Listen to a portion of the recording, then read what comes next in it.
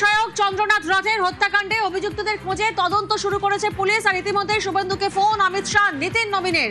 জানবো বিস্তারিত। সুস্মিতা প্রতিনিধি আমাদের সঙ্গে রয়েছেন।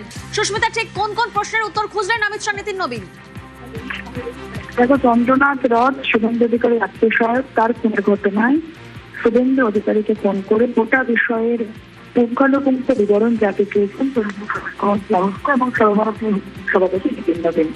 মূলত চন্দ্রনাথ রথ গতকাল কখন কলকাতা থেকে মুখ্যমন্ত্রী ট্রাফিক করার উদ্দেশ্যে রওনা হন, কোন রাস্তা দিয়ে তিনি ফিরছিলেন, এমনকি পুলিশের ভূমিকা কি ছিল, সেখানে সিসিটিভি ফুটেজ পাওয়া গিয়েছে কিনা, তদন্ত প্রক্রিয়া ঠিক এগুলো গোটা বিষয়টি সম্পর্কে জানতে চেয়েছেন অমিত শাহ এবং বেশ, যেটা ঘটনার প্রক্রিয়া অর্থাৎ পোস্টমর্টেম কখন হবে, পরবর্তী কি কি কার্যক্রম হবে সেসব থেকে জানতে বেশ। খুনের ঘটনায় যাবতীয় তথ্য নিলেন অমিত শাহ, নীতিন নবীন।